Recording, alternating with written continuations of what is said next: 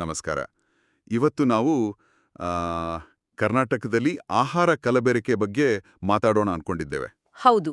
ಇತ್ತೀಚೆಗೆ ನಾವು ತಿನ್ನುವ ಆಹಾರದ ಬಗ್ಗೆ ಸ್ವಲ್ಪ ಆ, ಆತಂಕಕಾರಿ ಸುದ್ದಿಗಳೇ ಕೇಳಿಬರ್ತಿವೆ. ನಿಜ.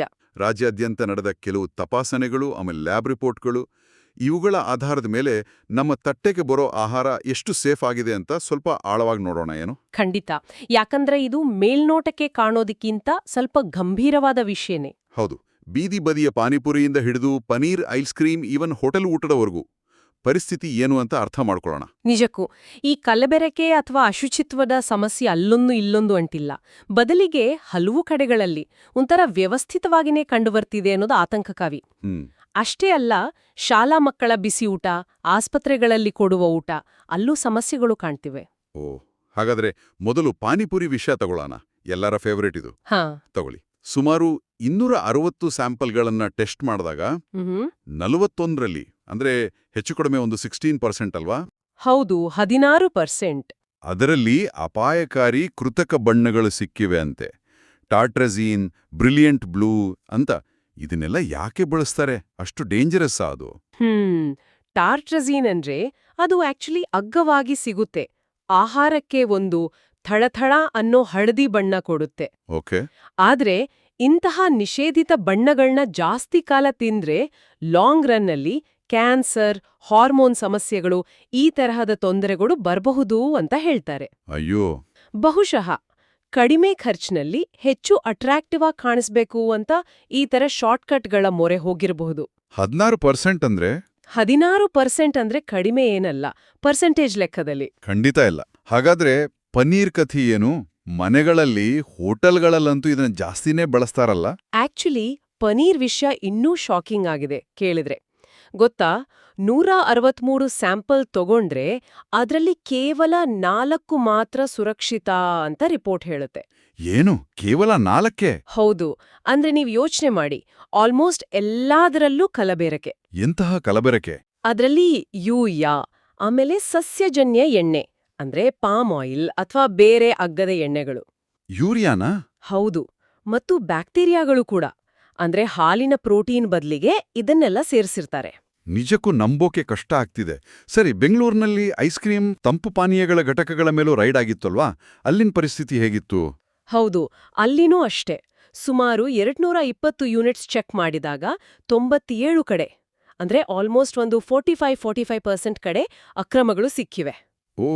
ಕೆಲವೆಡೆ ಐಸ್ ಕ್ರೀಮ್ ಮಾಡೋಕೆ ಡಿಟರ್ಜೆಂಟ್ ಪೌಡರ್. ಏನು? ಡಿಟರ್ಜೆಂಟ್ ಪೌಡರಾ? ಹೌದು, ನಂಬೋಕೆ ಕಷ್ಟ ಆದ್ರೂ ನಿಜ. ಇನ್ನು ಕೆಲವೆಡೆ ಫಾಸ್ಫೋರಿಕ್ ಆಸಿಡ್, ನಿಷೇಧಿತ ಬಣ್ಣಗಳು, ಇದೆಲ್ಲ ಕಾಮನ್ ಆಗ್ಬಿಟ್ಟಿದೆ.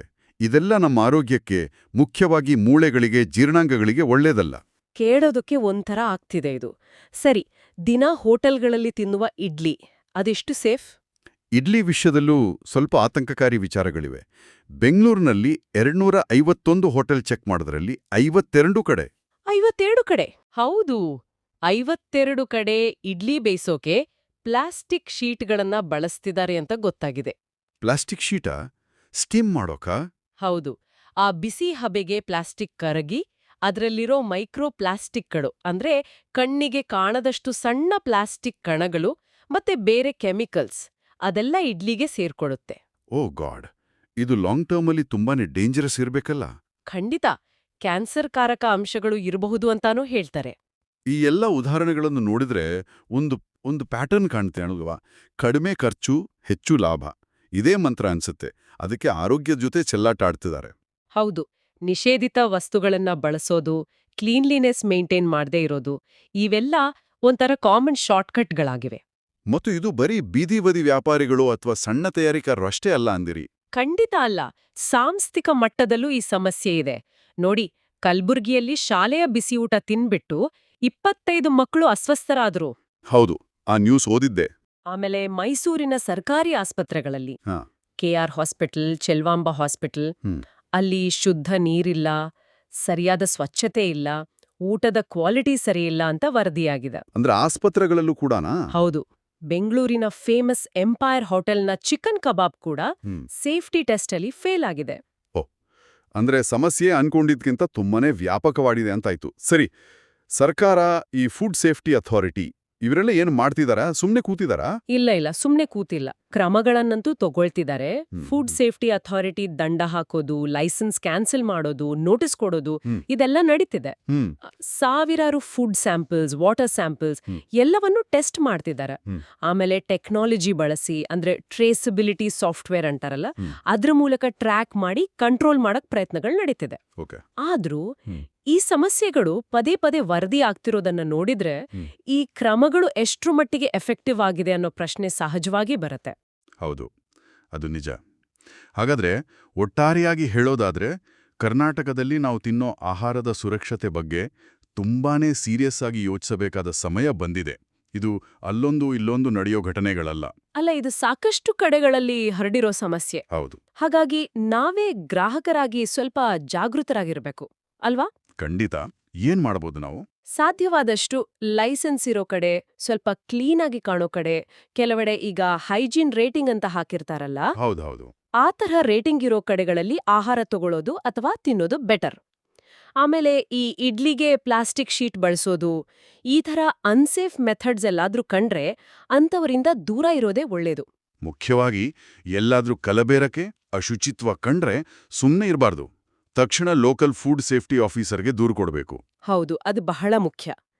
ಶಾಲೆ, ಆಸ್ಪತ್ರೆ, ಕ್ಯಾಂಟೀನ್ಗಳಲ್ಲಿ ಸ್ವಚ್ಛತೆ, ಗುಣಮಟ್ಟ ಇದ್ರ ಬಗ್ಗೆ ಪೇರೆಂಟ್ಸ್, ಸಂಬಂಧಿಕರು ಒತ್ತಾಯ ಮಾಡಬೇಕು. ಸರಿ.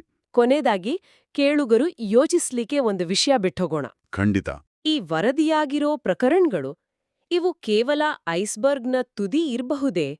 ನಮ್ಮ ಒಟ್ಟಾರೆ ಫುಡ್ ಸಪ್ಲೈ ಚೈನ್, ಅದನ್ನ ಕಂಟ್ರೋಲ್ ಮಾಡೋ ಸಿಸ್ಟಮ್, ಅಲ್ಲೇ ಏನಾದ್ರೂ ಆಳವಾದ, ಸರಿಪಡಿಸಲೇಬೇಕಾದ ದೋಷಗಳಿದಾವೆಯಾ? ಇದು ನಿಜಕ್ಕೂ ಯೋಚಿಸಬೇಕಾದ ವಿಷಯವೇ ಸರಿ.